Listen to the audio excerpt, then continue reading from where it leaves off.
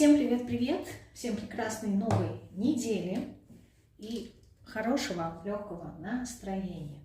Сегодня мы с вами будем делать расклад на одну позицию. Называется он «Почему разрушили замки на песке?». И мы с вами погрузимся сегодня в эту тему, посмотрим, о чем мечтали, что хотели, да, какие замки выстраивали, почему именно замки, потому что на самом деле реальность, она такая достаточно жесткая и не совсем притягивает, прельщает, и проще надеяться на что-то, да, о чем-то мечтать и фантазировать, придумывать того, чего нету, додумывать, как правило, да, за других людей, и как следствие приходит очень много разочарований. Вот, но это, знаете как, для меня вот эти вот все фантазии очень напоминают специи. То есть можно ли приготовить обед без специй? Конечно, можно. Можно даже приготовить обед и без соли. Но вот именно соль и всевозможные специи, они дают какую-то изюминку, да, какое-то разнообразие, в принципе, обычной еде. Поэтому сказать, что полностью люди могут быть реалистичными, я не знаю. Не знаю, может быть, я и не встречала таких людей, потому что все притягивается по образу и подобию. Вот. Поэтому сказать, что, не знаю, не стройте замки на песке, либо наоборот стройте, мне кажется, все зависит по обстоятельству, и самое главное, чтобы это было осознанно. Вот мне иногда нравится обманывать саму себя, но я это делаю осознанно, то есть я даю себе отчет, что да, сейчас, это нереалистично, но мне нравится поиграть в эту игру. Поэтому окей, даже если будет какой-то проигрыш в кавычках, либо будет какой-то результат, который меня не будет удовлетворять, вот, я не буду огорчаться, потому что это вот осознанный выбор, и изначально, он провальный. Хотя кто знает, как это выйдет. Вот, поэтому я всегда в большей степени за осознанность и за наблюдение за собой. Почему? Потому что все, мне кажется, в этом мире имеет место быть. Чем больше и тем, скорее всего, чем разнообразнее то, что мы проживаем, тем интереснее, тем больше опыта мы получаем. Но одно дело, когда мы включаемся во все процессы, это вот важная такая фишка.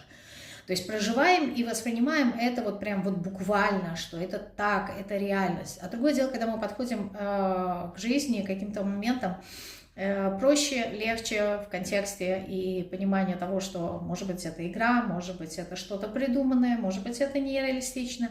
То есть не привязываясь в большей степени, находясь в какой-то, вот, я не знаю, позиции, может быть, даже и наблюдателя в некоторой степени, да. Вот, то есть больше осознанности и понимания того, что мы проживаем. Но все же такой момент имеет место быть, и мне хочется это рассмотреть. Значит, этот расклад у меня находится в дневнике раскладов под номером 122. Если вдруг кому будет интересно поупражняться, либо сделать себе самостоятельно расклад, вот, welcome. Можете приобрести мой дневник раскладов, написать мне в Телеграм, либо на почту. В большей степени я в Телеграме нахожусь, поэтому там быстрее. Вот. И напоминаю, что у меня есть услуга, ответ на один вопрос, такая блиц-услуга, тоже можете обращаться. И напоминаю про новую лекцию, да, по курсу «Мифология Таро». Лекция про верховную жрицу и связь в мифологии с богиней Артемидой. Вот. Так достаточно глубоко, интересно и заманчиво все это соединено. Кому интересно, тоже пишите. А мы приступаем. Итак, вопрос номер 1. Какие замки вы строили? Почему в прошедшем времени, да, потому что тема, почему они разрушились, то есть сейчас уже что-то произошло, сейчас уже что-то случилось. Вот, поэтому по факту мы делаем отсылку к прошлому, да, то есть какие замки вы строили. Рыцарь Пентаклей. Замки по поводу того, как реализовать что-то, какие-то свои идеи, как можно было на них заработать, да, то есть, возможно, здесь человек больше акцент делал на то, как воплотить ту или иную задумку, и самое главное, как получить выгоду от нее, да, то есть как монетизировать эту задумку, как получить какой-то результат. Очень много эмоций было на этот счет, да, очень много действительно идей, переживаний, представлений, фантазий, какая-то вот творческая такая натура, да, энергия здесь присутствует, но это все было внутри, да, то есть это все было прекрасно, может быть, даже на самом деле идея-то и была прекрасная, но сказать, что какие-то конкретные шаги были сделаны, здесь, в принципе, нету. По королю кубков это то, что мы переживаем, либо проживаем внутри себя. Возможно, это даже весь процесс от начала до конца, но по факту в реальном мире мы ничего не делаем, да, мы это все держим внутри себя.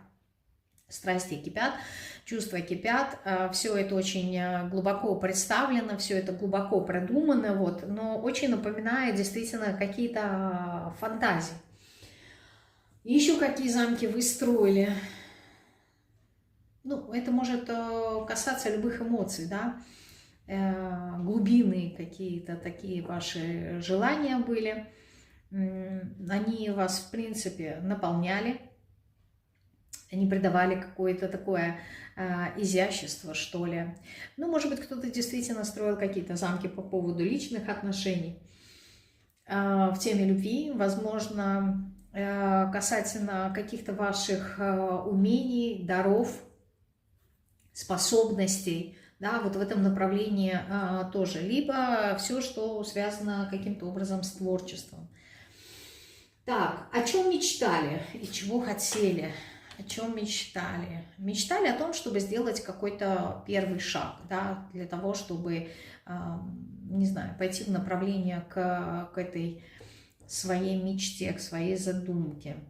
Мечтали о том, что сможете преодолеть какие-то трудности, да, не знаю, в полной мере отдавали ли вы себе отчет, что знаете, с чем придется бороться или нет, но здесь было желание сделать именно первый шаг, да, вот понимание того, что я самостоятельно должен либо должна принять это решение и двинуться именно в направлении своего желания, своей мечты.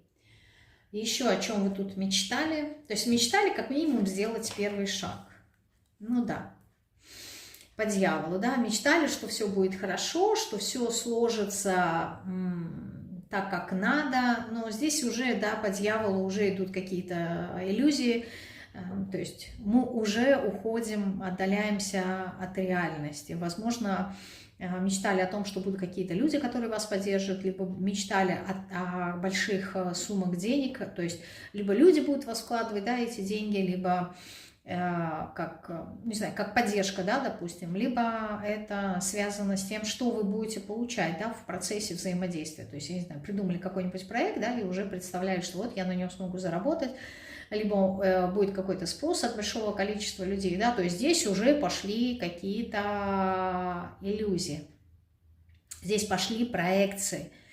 Вот, то есть вот на этом этапе здесь мы только что-то желаем, да, что-то хотим и делаем первый шаг, да, то есть нас это прельщает, нам это интересно, вот, но изначально здесь уже проблема заключается в том, что нету готового плана, нету вот готовой концепции, да, то есть после первого шага что я буду делать, то есть у человека нету понимания именно самого процесса, да, продвижения, то есть есть представление только до уровня того, как я сделаю первый шаг. А что будет потом? Потом, по факту, я подумаю, да. Но вот изначально в этом-то уже и заключалась проблема, да, сложность, что не были прописаны, либо не было видения там 2, 3, 10 шага, да, а только вот именно на этапе сделать первый шаг, там, не знаю, преодолеть себя. Окей, преодолели, что потом? Потом нету ничего, да, то есть, возможно, нужно будет совершать еще один какой-то первый шаг, то есть, возможно, потом человек понимает, что где-то там трава зеленее, где-то там еще что-то лучше, и мне нужно пойти еще туда, куда-то, да, что-то научиться, что-то там доделать. И человек вот эту вот свою задумку, он ее, в принципе, не продолжает, не реализовывает, он перескакивает на что-то другое. Почему? Потому что здесь появляются теневые аспекты, да, человека, с чем он сталкивается на этом пути. То есть первый шаг сделан, а второго нет, потому что появились какие-то внутренние проекции самого человека. Теневые страхи, не знаю, иллюзии. Что хотели? Ну, хотели, по сути, денег, да? То есть либо денег хотели, либо хотели семью, да? Но однозначно какую-то стабильную, такую изобильную, плодородную жизнь, которая бы удовлетворяла, да? То есть либо семейная жизнь, либо деньги. Так, еще что хотели? Хотели какого-то движения, да, какой-то жизни, хотели энтузиазма, хотели огня, хотели вот реализации, да, своей вот этой вот мечты, но вопрос даже не в конечном формате, а именно в самом процессе, да, что вот это вот будет меня наполнять, что, возможно, куда-то я буду вести людей, да, что я буду как-то лидером, я смогу себя проявлять, я смогу себя показать, то есть здесь вы видели себя на первом месте.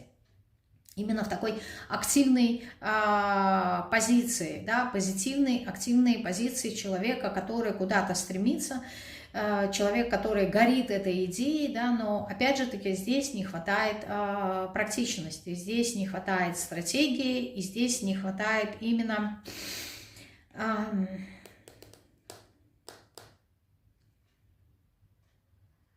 Вот в каких-то моментах здесь не хватает именно глубины. То есть сама-то идея есть, но более глубинного такого понимания в контексте, ну, не знаю, может быть, философии, да, для чего мне это, да, что мне это даст, вот именно в масштабах, не мне лично, а, допустим, чем это будет полезно миру, да, что это даст другим людям. То есть вот в таких масштабах, да, вот такой вот глубины здесь нету. Но сам процесс, я могу сказать, что здесь человек просто загорелся, либо что он хотел гореть этим желанием, да, он хотел проживать эти эмоции, быть наполненным ими. Опять же таки, да, вот я просто смотрю на этот аркан десятку пентаклей, хотели больших денег, да, но эти деньги, видимо, они же нужны для чего-то, либо вы хотели на что-то обменять, то есть это не конечный результат, поэтому либо семья, да, но опять-таки, окей, что за семья, в каком формате, зачем эта семья, да, что в ней дальше делать, как ее дальше развивать. То есть это тоже не конечный этап, это какие-то промежуточные моменты, а вот конечного результата, да, для чего, что можно, на что можно обменять эти деньги, здесь у человека как будто бы четкого плана нету. Точно так же и семья, для чего, четкого плана нету. То есть там еще что-то есть за этим, да, но до туда как будто бы не дошли, не досмотрели. А почему им не суждено было сбыться вот этим вот мечтам? Ну, то есть изначально, хотя, в принципе, я уже сказала, но все равно, почему им не суждено было сбыться? Тройка мечей. Ну, во-первых, потому что здесь у нас по дьяволу проходят теневые какие-то моменты, да, то есть либо надо было изначально как-то проработать эти моменты, либо, ну, когда ты не знаешь, да, какие-то свои слабые стороны, вот, и с ними встречаешься в процессе, то здесь вопрос заключается в том, что ваши мысли, они как будто бы ранят вас самих. Но эти мысли, которые вас ранят, это вот как раз-таки по дьяволу, когда вы сталкиваетесь с вторыми, третьими трудностями. Первые вы преодолели, а вторые, третьи нет. И вы не знаете, что делать в этом моменте. И когда ты не знаешь, что делать, тебе не хватает какой-то информации, да, то ты чувствуешь себя слабым. Ты чувствуешь себя беспомощным. Вот в этот момент как раз-таки просыпаются наши теневые аспекты, которые, в принципе, подсвечиваются, и с ними нужно проработать, понять их природу, да, и что-то с ними сделать, как-то их изменить. Но здесь проблема еще может быть в том, что какой-то вот прошлый опыт, да, по тройке мечей, он вам напоминает о себе. То есть пока вы его не проработаете, пока вы не перестанете сами себе вонзать эти мечи в свое сердце, да, то есть своими мыслями не перестанете себя ранить, вы как будто бы не сможете прийти к тому, что вы хотите. То есть здесь какие-то, может быть, убеждения, может быть, программы установки, не знаю, которые вот вам причиняют боль. То есть здесь какие-то болезненные моменты, и вот когда вы что-то начинаете реализовывать, это вот как, я не знаю, ваше уязвимое место, да, ваше больное какое-то такое сухожилие, который не дает вам реализовать то, что вы хотите. Еще почему не суждено было сбыться. Луна, потому что нету ясности. Вот то, что я, в принципе, в самом начале и сказала. То есть, когда мы что-то хотим реализовать, здесь проблема, видите, еще раз скажу, не в самой идее. Возможно, задумка, она была и уникальная, она была прекрасная, но здесь не было вот этой вот прагматичности, да, то есть прописания плана, не просто видение, да, что я получу в конечном итоге, а как я это буду делать, там, ну вот какой-то конкретики не хватило. Именно прописать, именно увидеть. Почему? Потому что если бы вы прописывали вот весь процесс, да, от начала до конца, до конечного результата, вы бы увидели, где у вас есть слабые места, что можно сделать уже заранее, как можно себя подстраховать. Возможно, какие-то люди, которые могли бы вам помочь, да, либо какая-то информация, которую можно было заранее. То есть, знаете, одно дело мечтать, а здесь вот как будто бы как-то вот в контексте мечты, это, да, фантазии. А другое дело, когда это превращать в цели и достигать их. Это немножко другое, это более практичное, это более реалистичное, более заземленное. Вот здесь вот этой структуры здесь не было этого понимания. И вы в какой-то момент запутались в своем лабиринте, то есть вроде бы начали что-то делать, столкнулись с первыми проблемами, трудностями, преодолели, а вторые нет, и вы заблудились. Причем помимо того, что вы заблудились, вы еще и забыли вообще, а ради чего это все было начато, и велика вероятность, что уже отказались. Да, то есть почти на начальных этапах отказались. Хотя, еще раз скажу, задумка, она, в принципе, была хорошей. Так, в чем была главная иллюзия?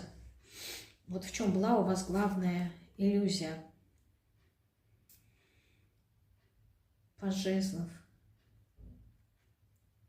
Главная иллюзия, во-первых, была в том, что вы не совсем понимали, опять-таки, да, что я сказала, понимание, зачем вам это нужно. То есть здесь как будто бы вы как-то ориентировались на других людей. Знаете, как в обратной связи. Пока есть обратная связь, человек вам говорит ее, да, вы понимаете, условно говоря, свою значимость, свою важность. А нету обратной связи, вы теряетесь. И вам кажется, что вы плохой мастер, да, и вы уже никому не нужны, и я этим заниматься уже не буду, да. То есть как будто бы есть какая-то привязанность именно к другим людям. Почему? Потому что пажу жезлов, начальный этап, не хватает какой-то поддержки, да, вы очень быстро перегораете. А перегораете почему? Потому что нужна какая-то внешняя сила, которая бы подпитывала вас, да, то есть в реализации вашего желания. И в данном случае эта поддержка, эта поддерживающая сила, она у вас идет от других людей. То есть пока, еще раз скажу, пока люди вас хвалят, пока восхваляют, возможно, да, вы как маленький ребенок, стоя на стульчике, радуетесь и говорите: все, я царь и бог, молодец. Как только папа, мама и друзья перестали вам хлопать в ладоши, перестали обращать на вас внимание, вы чувствуете себя нереализованным. Здесь не хватало поддержки, причем поддержки на постоянной основе, да, энергии, то есть вот здесь как-то быстрое перегорание просто идет. Иллюзия, да, в этом была. И как-то в долгосрочности. Здесь не хватало сил, не хватало запала. Вот откуда вы могли бы взять эти силы, я сразу хочу посмотреть. Силы можно было бы взять от преодоления каких-то трудностей. Знаете, чем больше мне ставят палки в колеса, да, чем больше преград, тем больше меня это мотивирует, и я хочу что-то делать, потому что есть какая-то борьба, да, есть какое-то сопротивление в мою сторону, как проверка, да, то есть, возможно, подпитывать себя идеями о том, что меня проверяют, насколько, допустим, на прочность, насколько я смогу реализовать эту идею. И поэтому мне подбрасывают, не знаю, какие-то трудности, да, на пути, и я их преодолею, я смогу, у меня получится. То есть сами трудности непосредственно, да, внешние какие-то факторы, они и должны были быть для вас некой такой подпиткой. Почему? Потому что это как некая проекция интереса к вашему делу, да. То есть здесь нужно было посмотреть вот в эту сторону, да, и трудности сделать своей сильной стороной, своей мотивацией, своей сильной стороной. В чем еще была главная иллюзия? В ожиданиях. Вы очень многое ожидали, и поэтому здесь произошли разочарования. Главная иллюзия, возможно, была в том, что все будет достаточно легко, я смогу, я справлюсь. И было очень много завышенных каких-то ожиданий. Да вообще были какие-то ожидания от результата. Но этого не случилось. Нужно было, здесь, понимаете, здесь опять-таки вот как-то так выпали карты, что как будто бы идея ваша, и вы хотели, как это сказать-то, то есть вы должны были получать удовольствие от того, что вы делаете, да, то есть с одной стороны я делаю вроде бы для других людей, но не привязываться именно к этому, потому что не всем людям может понравиться ваша задумка, да даже вообще может никому и не понравиться. Главное, чтобы это нравилось вам, главное, чтобы вы получали от этого удовольствие. А вы здесь привязались именно к тому, что говорят другие люди, либо другой человек, либо какая-то ситуация, то есть не вы. И поэтому вы здесь очень быстро от этого и отказались. Здесь как будто бы не совсем верили и не совсем горели этой идеей. Да, она была интересная, но вот как-то, знаете, если бы вы это делали для себя, когда человек, например, занимается любимым делом, ему все равно, что скажут другие люди, да, он от этого получает удовольствие, кайф, и у него в некоторой степени, да, есть как зависимость от этого, и поэтому он повторяет и повторяет, потому что у него зависимость от этого удовольствия. И ему все равно, что будет, говорят другие, будет ли признание или нет. А у вас вот этой вот любви не было, у вас не было вот этого удовольствия, кайфа, и поэтому были трудности, но ясное дело, что трудности, они всегда есть, и вы очень быстро отказались от этого. Здесь поэтому ожидание было, что вот меня примут, что это всем понравится, что, я не знаю, что будет легко, что будет, не знаю, эмоционально как-то очень. Но этого не случилось, и вы огорчились. То есть такое ощущение, что как будто бы вот вас не приняли, и вы поникли. Это как человек, который пишет книгу, да, и первую, например, свою книгу, и он идет к одному издательству, ему говорят нет, ко второму, третьему, пятому, десятому. В конечном итоге он говорит, ну, наверное, у меня плохая рукопись, я ее не буду, ну, она никому не нужна, и смысла нету. И кладет ее в ящик. А потом приходит какой-то товарищ, друг, говорит, когда я ее почитаю. И все, и придумывает какой-то свой формат продвижения. И говорит, это будет сам издат. Мы не пойдем ни в какое издательство, вот мы будем сами ее издавать, создадим под нее какой-то сайт, и будем предлагать людям там по 10 рублей, чтобы они читали главу. А если это действительно интересно, то потихоньку ты наберешь там свою аудиторию. То есть придумал правильный процесс продвижения. И на эту книгу пришли люди. Проблема в чем была? Проблема была в том, что человек привязывался именно к мнению издательств, а не к тому, что он в нее верил. Здесь вам веры как будто бы не хватало. Вы не совсем поверили в себя, не совсем поверили в ту идею, что хотели здесь. Что нужно было сделать иначе? Нужно было просто двигаться дальше. Просто двигаться дальше. Для кого-то здесь нужно было, возможно, найти какого-то наставника, который бы вам помогал, да, в контексте информации. Это один момент. Второй момент, что нужно было как раз-таки отказаться вот от этих мечей, от этих установок для того, чтобы пойти в будущее. Вот здесь краски на тройку мечей, но и выпало, да, то, что вас ранило. Здесь нужно отказаться от каких-то взглядов, да, от каких-то программ, которые были ранее. Почему? Потому что не отказавшись, не изменив себя, по сути, куда бы вы ни пошли, вы себя везде берете. Поэтому и в новое, если бы вы пошли, вы бы воссоздали то, что хотели оставить позади. Поэтому здесь нужно было отказаться от каких-то установок и программ вот этого дьявола, прежде чем пойти дальше. Возможно, вы этого не сделали, да, то есть пошли в новое, но старым путем, не новым. По-другому здесь нужно было сделать. Что еще нужно было сделать иначе? Вот она, девятка кубков. Получать удовольствие, да, получать удовольствие от самого процесса, то, что вы делаете, вы делаете это для себя, кайфуете, вам от этого должно быть хорошо. Вы должны были быть в состоянии вот это, то, что наполняет меня, то, что мне приносит удовольствие, а на остальное мне, условно говоря, сори за выражение, наплевать. Да, и вот такая вот правильная установка должна была быть. Какой урок вы проходили в этой ситуации?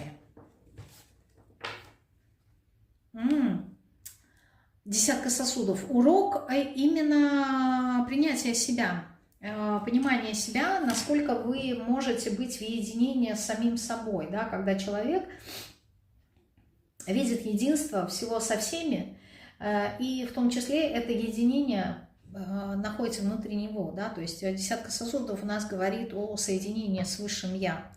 В принципе, вот аркан мира — это тот путь, который вы начали, но вы к нему не пошли, то есть вы при первой трудности, ну если не при первой, то при второй точно, вы сошли с этого пути, то есть насколько вы находитесь действительно в единении с собой, да, в принятии себя самого. А здесь у вас принятия себя не было. Почему? Потому что вот был какой-то внешний фактор, который отразил вам ваш теневой аспект, и вам показалось, что это связано с тем, что мне туда не надо, вот в эту мечту, да, вот в эти желания, и поэтому вы быстро отказались. А на самом деле, для того, чтобы прийти вот именно к этому моменту единения с самим собой, вам нужно было очиститься вот от этого дьявола. А этот дьявол вам показал свое лицо. Вы его не очистили по тройке мечей или по шестерке мечей, а вы пошли у него на поводу и отказались от себя. И у вас единения не произошло. Поэтому, в принципе, здесь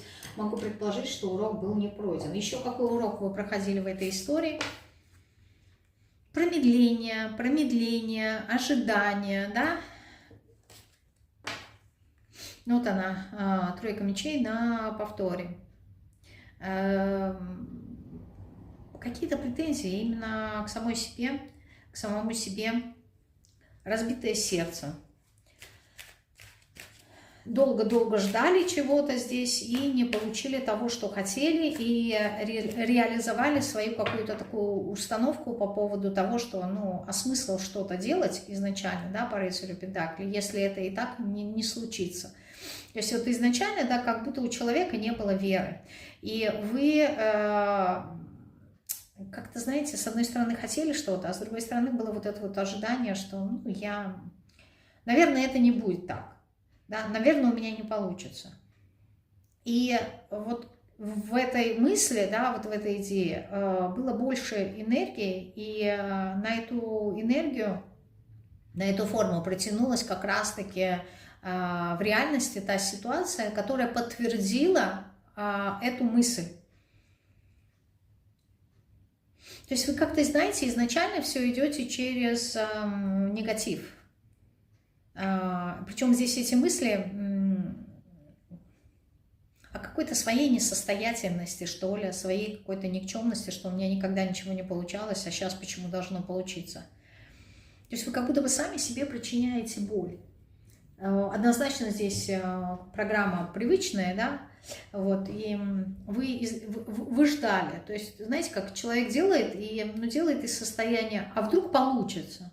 Но когда ты вот в этом, а вдруг, оно может и получиться, но здесь подоплека в том, что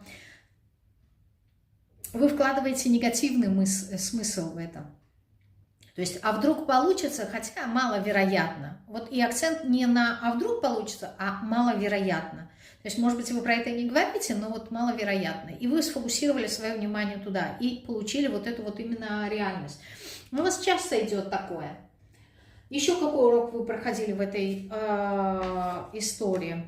Урок именно принятия решения, урок работы с информацией. Насколько вы решительны, насколько вы готовы, да, здесь ваша проверка на готовность, она тоже была. Вот помните, я здесь говорила, что какие-то трудности надо превращать их в ваши сильные стороны. Вот. Умение работать с информацией, вскрывать ее, умение смотреть правде в глаза, отрезать всевозможные иллюзии, но не в контексте того, что ничего не получится, да, и я сама себе эти мечи вонзаю в свое сердце и делаю себе больно. Нет. А в контексте того, что с этим мечом я готова идти и отстаивать любые свои желания, просто потому что я так хочу. А если я так хочу, значит, так оно и будет, и я в это верю. И здесь вопрос не в том, что ваше желание реализуется, потому что вы хотите, а ваше желание реализуется, потому что вы безоговорочно 100% в этом верите, да, потому что, нету возможности отступать. Все мосты за спиной, они сожжены, возвращаться некуда, да. Либо ты идешь и побеждаешь, либо, тебе конец. То есть другого варианта не дано. Если вы идете вот в таком состоянии, да, то здесь все случается, все складывается, так и должно быть. А вы здесь где-то в какой-то момент смолодушничали. Просто вас дьявол напугал очень сильно. Хорошо, дальше. Следующий вопрос. Какой вывод вы сделали по итогу разрушения ваших замков на песке? То есть вот по поводу этой всей истории, да, какой вывод вы сделали?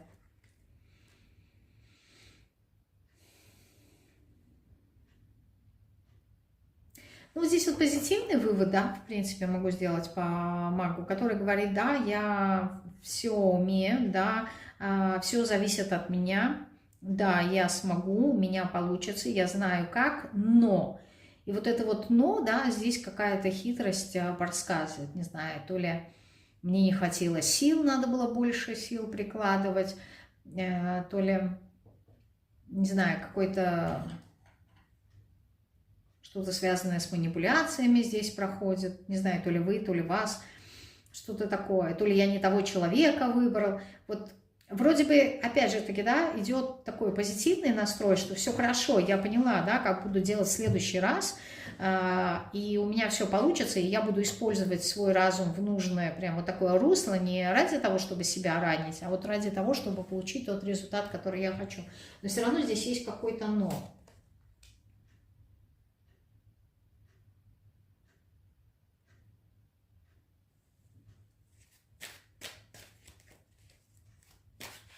А одно связано с тем, что я не сейчас буду это делать,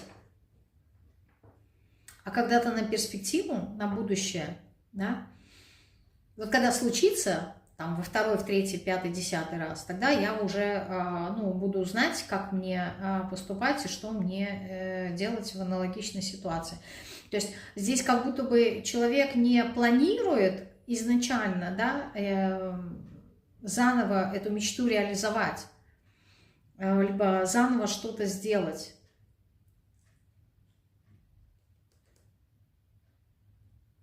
Касательно своего желания.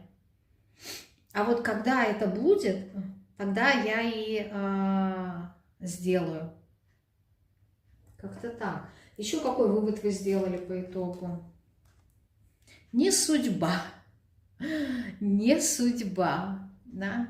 Либо, опять же таки, видите, вот вы как будто бы свою ответственность, вроде бы по магу, здесь есть эта ответственность, но вы эту ответственность как будто отдаете на волю высших сил. Здесь неуверенность в себе проходит. Поэтому я и упоминала здесь про веру.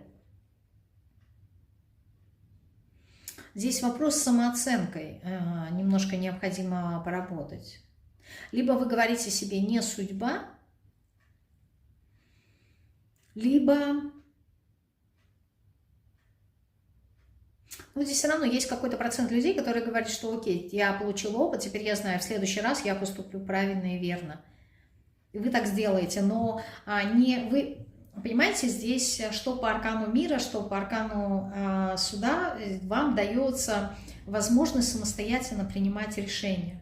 То есть, по сути, во всех старших арканах идет как будто бы влияние, да, сил на вас и невозможность вам самостоятельно выбирать. Только в двух арканах, это аркан мира и аркан суда, вам дается, ну, условно говоря, да, свобода выбора, когда вот все зависит 100% от вас. Вот как вы выберете, так и будет. Вот вам как будто бы дают вот эту вот возможность и говорят о том, что вот сейчас ты дорос, решай. Да, все в твоих руках. Либо ты берешь этот кризис и используешь его себе во благо и что-то создаешь, либо ты разрушаешься. И все, но здесь по аркану мага вы как будто бы не совсем уверены, что вы с этим справитесь, понимаете? Вы не берете здесь ответственность. То есть здесь проблема, что я жду с другого случая. То есть не я этот случай буду создавать, а я жду, вот когда будет, тогда я это сделаю. Вот это вот не знаю, насколько это правильный либо неправильный подход, вам решать, но обратите на это внимание. То есть вам как будто бы говорят, что ты сейчас это можешь реализовать. Не надо ждать там следующего шанса, когда цикл изменится, да? Когда по-другому новый ион начнется, новая эпоха. Еще какой вывод вы сделали по итогу? Ну, кто-то сказал, что, в принципе, да, мне и так хорошо, мне и так комфортно, ну, пока я ничего не хочу, не готова, да. То есть у меня и так уже, в принципе, есть все, что мне нужно. Вот, я и так уже, в принципе, нахожусь в балансе и гармонии, то есть мне что-то другого не нужно. То есть здесь получается так, что вот вы как будто бы отказались. Вы как будто бы отказались от этой идеи, от своего какого-то желания, мечты, хотелки. Хотя, если честно, да, то здесь на самом деле вас как будто бы просто проверяли, и вы эту проверку не прошли. И это не имеет отношения к мечте. Мне кажется, что либо вы бы здесь загадывали, да, вы бы все равно это не прошли. То есть здесь не предмет, почему вы не прошли вашей мечты, либо вашего желания, а здесь вы являетесь первопричиной, почему все так случилось. Так, вот такой вывод вы сделали. А какой надо было, да? Вот какой надо было сделать вывод? Вопрос выбора. То есть надо было сделать вывод по поводу того, что я просто не выбрала то, что для меня значимо, либо на тот период я выбрала то, что для меня было важнее. То есть, с одной стороны, это показатель того, что, видимо, ваше желание, оно было либо не столь актуально, либо слишком рано пришло в вашу жизнь, и вы к нему не были готовы. Это один момент. Либо второй момент, вам здесь показалось, что все вопрос выбора, да? Вопрос выбора, приоритетов и актуальности. То есть, если бы это действительно было для вас актуально, вы бы пошли в это и прикладывали силы. Если вы это не выбрали, да, значит, либо не актуально, либо не готовы были. Ну, то, что я сказала, что, в принципе, да, смолодушничали в некоторой степени. Хорошо, еще какой вывод надо было сделать? Ну, что просто над этим, видите, по 8 педаклей надо работать. Надо было, причем по педаклям, работать очень долго. Возможно, вы не захотели вкладываться, да, возможно, действительно вам не хватало сил, то, что здесь было по королю жезлов, не хватило запала. Рыцарь жезлов тоже нам про это говорил, да, не хватило запала, не хватило какой-то поддержки, причем эту поддержку вы ее как будто бы искали вовне, а вам нужно было ее в себе найти. Вот если бы вы ее в себе нашли, то есть то, во что бы вы верили, то, что вас подпитывало, вам топлива этого не хватило, да, то тогда бы вы смогли получить то, что вы хотели, потому что здесь какой-то вот долгосрочный момент, да, что рыцарь пентаклей, что 8 пентаклей, ну, масть пентаклей, тем более то, что вы хотели, это было по 10 пентаклей. Здесь какой-то вот такой, я не знаю, долгосрочный период был. Что вопрос времени и вопрос дисциплины и постоянства. То есть вам как будто бы не хватило постоянства. А постоянства не хватило, потому что не хватило запала. Еще какой вывод надо было сделать, что в принципе все возможно, но что делает у нас королева жезлов? Королева жезлов, как правило, она никогда не работает своими руками, она в чем-то здесь напоминает даже и императрицу. То есть достижение своей цели она использует в некоторой степени, ну, можно сказать, что это манипуляция с помощью других рук, да, то есть она очень хорошо может замотивировать других людей сделать что-то, что нужно ей, необходимо. То есть, проще говоря, здесь можно было, ну, допустим, если это касается профессиональной сферы, да, собрать какую-то команду, либо собрать людей, воодушевить их, организовать их, чтобы они делали. Конечно, им от этого тоже польза была, не знаю, там плата, либо еще что-то. Но при этом, поскольку каждый из них был бы специалист вот в своей какой-то области, в конечном итоге они бы помогли вам реализовать то, что вы хотели. Ну вот то, что я сказала, например, вы написали книгу и не знаете, как ее продать. И вы от нее отказываетесь, потому что самостоятельно не получаете. Ну, то есть, у вас просто нет такого навыка. Значит, нужно найти тех людей, которые помогут вам в продвижении, там, я не знаю, блогеров, да. То есть вы им говорите, я тебе вот это, бартер, да, а ты мне вот это. Либо ищете и собираете себе команду, да, допустим, там будет какой-нибудь менеджер или еще что-то. То есть он занимается своим делом, по сути. То, что он умеет хорошо делать, допустим, там, продвигать и рекламировать вашу книгу, вы ему за это платите.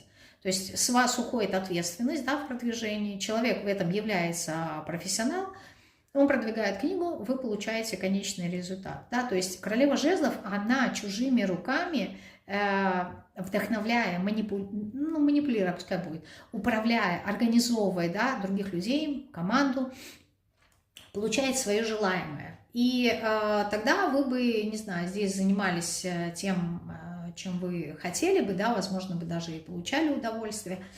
Вот. И таким образом вы реализовали то, что вы хотели. То есть в следующий раз, когда вы будете реализовывать что-то такое аналогичное, подумайте, да, как. Здесь, понимаете, здесь неважно, чего это касается, личной жизни, либо там профессиональной, здесь нужна помощь, но помощь не...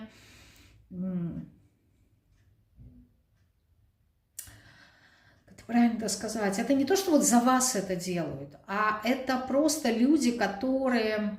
Ой, где-то я видела, сейчас скажу, какой-то ролик, не помню, один миллионер или миллиардер, очень богатый человек, сказал одну такую очень интересную вещь, что я не ищу, куда можно будет вкладывать деньги, да, в какие-то компании богатые, а я ищу умных людей, каждый в своей нише.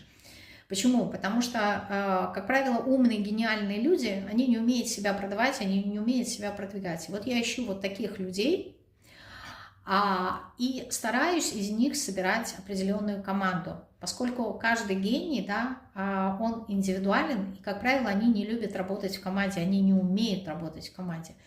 Поэтому я зарабатываю на том, что я нахожу очень умных, гениальных людей и объединяю их в команду. И то, что они рождают, это приносит мне большие деньги. И на самом деле это такая очень умная мысль. И вот здесь она очень уместна. То есть то, что вы хотите, даже если это касается личной жизни, например, да, не складывается, найдите человека, да, гениального, например, в своем направлении. Как правило, еще раз скажу, очень умные люди, им сложно работать в команде. Почему? Потому что у них не развит навык коммуникации.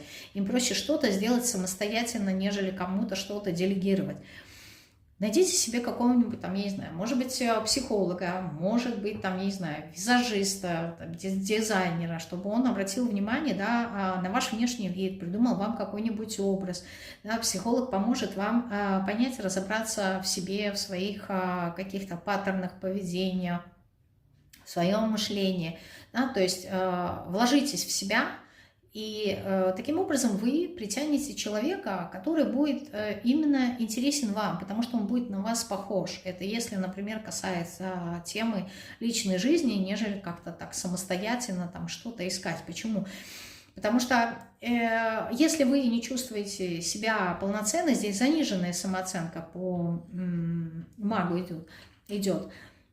Если вы не чувствуете себя целостной, а у вас это урок как раз-таки идет на объединение, на ощущение себя целостным,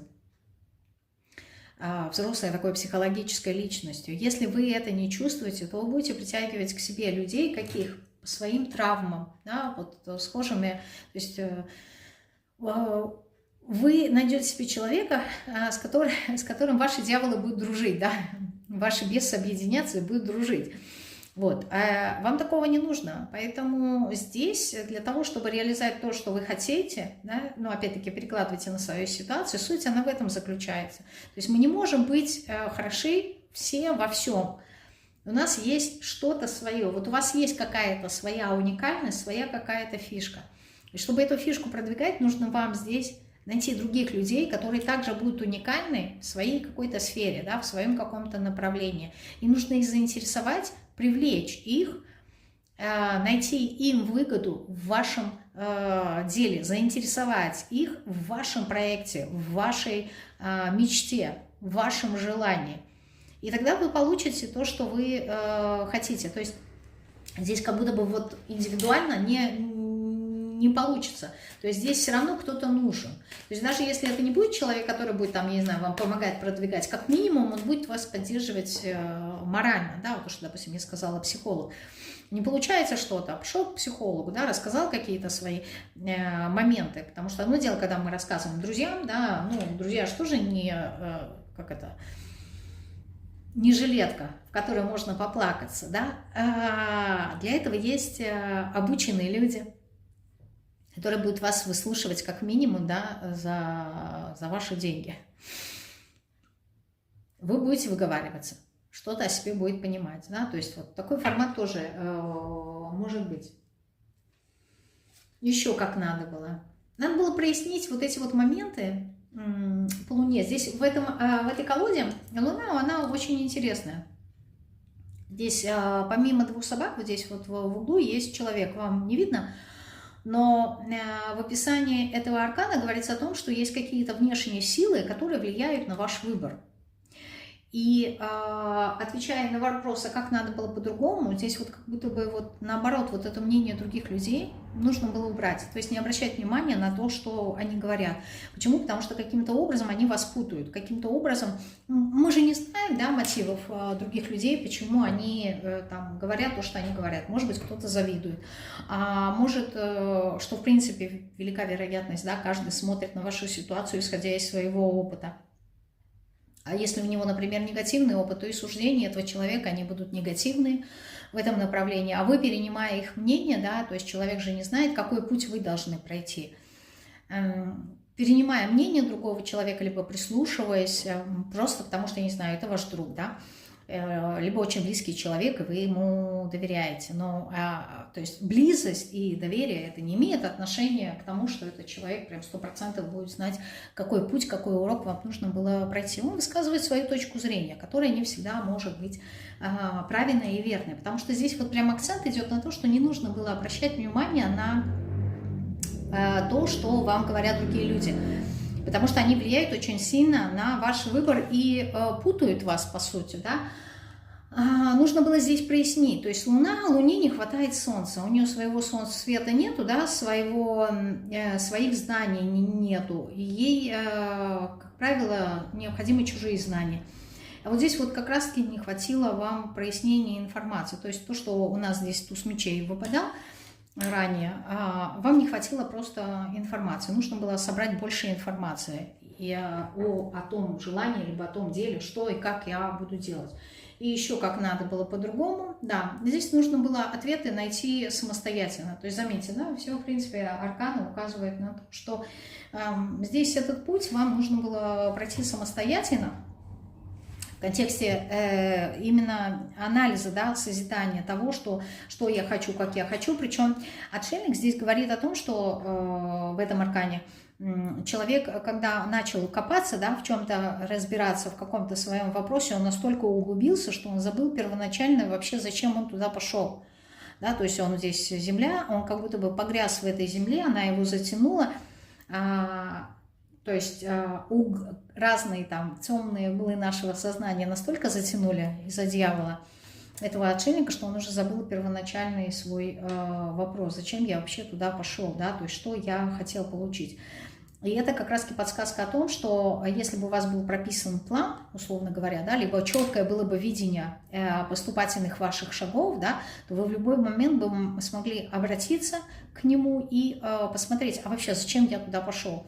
То есть какая цель у меня была? А цель здесь была, напомню, да, то есть изначально для кого-то это была десятка пентаклей, хотелось либо денег, либо семьи. Но, как я и сказала ранее, за этим что-то другое стояло. Вот если бы вы вот это держали в своей голове, да, то есть ради чего я это все делаю, вот ради этого, тогда это бы вас мотивировало, да, и тогда вам не нужно были бы мнение других людей, ваша вера, она бы вас мотивировала, потому что вы постоянно бы себе напоминали в момент трудностей и сложностей, ради чего я это делаю. Это очень важная мотивация и поддержка вообще, то есть невзирая на расклад, вообще, когда вы ставите себе какую-то цель, что-то хотите достигнуть, да, задавайте себе вопрос, ради чего я это делаю. Потому что по отшельнику в процессе достижения мы забываем. Ну, например, допустим, да, на своем личном опыте, когда я занимаюсь, хожу в спортзал, и, ну, есть такие упражнения, когда добавляю веса, да, и ты понимаешь, что у тебя уже там жим ногами 230 килограмм, и ты уже понимаешь, что да, каждый раз, когда ты добавляешь хотя бы 1-2 килограмма, и все больше и больше, и тебе становится тяжелее, ты сидишь и думаешь, а нафига ты так мучаешься, да, то есть, ну вот, зачем тебе вот эти трудности, там, я не знаю, ягодичный мостик, да, там, 140 килограмм, нафига, вот зачем ты это делаешь, зачем ты себя мучаешь, зачем тебе вот это вот все больно, тяжело, ты себя заставляешь. Вот если не держать в голове, ради чего ты это делаешь, да, то очень легко все бросить и отказаться. Почему? Потому что любые трудности – это стресс. А человек не создан для того, чтобы он жил в стрессе. И поэтому вот эти вот проблемы, с которыми вы столкнулись, да, то есть первый вы преодолели, да, то есть, допустим, первый вес вы поставили, там 70 килограмм, окей, у меня получилось, все, я хорошо иду дальше. А потом, когда достигли, так как я, например, 230 килограмм, сидите, думаете, а зачем? Зачем мне еще? Да? То есть, чего я хочу добиться? А может, оно и не надо, да, потому что тяжело, потому что коленки трясутся, потому что все потом болит, и спать невозможно. И ты сидишь и думаешь, зачем я себя так мучаю, за что, для чего мне это насилие? И думаешь, ладно, не пойду на тренировку и брошу это все. Да, и вы отказываетесь от своего желания. А по сути, суть в чем здесь заключается? В том, что очень много людей так живут, да, которые отказываются от своих желаний просто потому, что им не хватило терпения, и у них не было дисциплины, у них не было видения, понимания, ради чего. А потом ты смотришь вокруг себя, да, со стороны, а другие люди уже это получили. Вот то же самое захотели, но у них получилось, а у тебя нет. Почему? Потому что они дошли до конца, а ты на полпути отказался. И от этого становится обидно. Почему? Потому что силы-то все равно были вложены. И оказалось бы, надо было вот еще чуть потерпеть, да, либо еще что-то другое доделать, либо что-то скорректировать. И у тебя бы тоже получилось, ты бы тоже наслаждался. Но ты отказался. Вот это самое обидное, и там 5 кубков у нас выпадала, это то разочарование, да, что, причем 5 кубков, разочарование в том, что я думала, я предполагала, что все будет легко, получится, и не получилось. Либо вроде бы все начиналось хорошо, а потом стало скучно. А почему скучно? Потому что человек перестал проявлять интерес к этому. И ему это стало скучно. Возможно, опять-таки трудности, и человек отказался от этого. То есть здесь главная идея, главная мысль того, что вы отказываетесь раньше времени, и поэтому вы не достигаете, потому что нету постоянства, а постоянства и дисциплины не хватает. С одной стороны, сила воли, там по магу у нас выходила, я сказала, заниженная самооценка. Маг — это всегда про силу воли, да, то есть энергии не хватило, силы не хватило, по жезлов у нас тоже про это говорит. Силы не хватило. А откуда мы берем силу? Да? Мы можем черпать то, во что мы верим. И вот если мы во что-то очень сильно верим, да, то мы это получаем. Как-то так. Вот такой вышел расклад, такой вышел анализ. Очень люблю делать расклады на одну позицию, где можно проанализировать ситуацию, что в принципе, да, когда мы говорим специализация, условно говоря, да, у каждого таролога своя. Вот моя специализация — это делать вот такой вот психоаналитический расклад, да, психоанализ ситуации. Вот это вот я очень люблю показать, подсветить, где, как и что. Вот мне это вот прям, это моя фишка. Очень-очень ее люблю, поэтому люблю такие расклады. На этом все. Приходите на личные, на индивидуальные консультации. с вопросами, то есть опять какие вопросы можно задавать, все то, что у меня есть на канале, либо ваши какие-то индивидуальные, но в принципе у меня есть разделы, что связаны с финансами, да, профессиональной сферой, вот, и расклады непосредственно психоаналитические, да, на любой вопрос, то есть не столько как решить, сколько подсветить, на что я должен обратить внимание, что я не вижу, в чем я заблуждаюсь. Поэтому вы можете взять любой расклад из уже проделанных, сделанных, да, на моем канале и прийти с таким запросом. Рада буду вам подсветить какие-то моменты. Прощаюсь с вами до среды. Всего вам самого наилучшего. Всем пока-пока.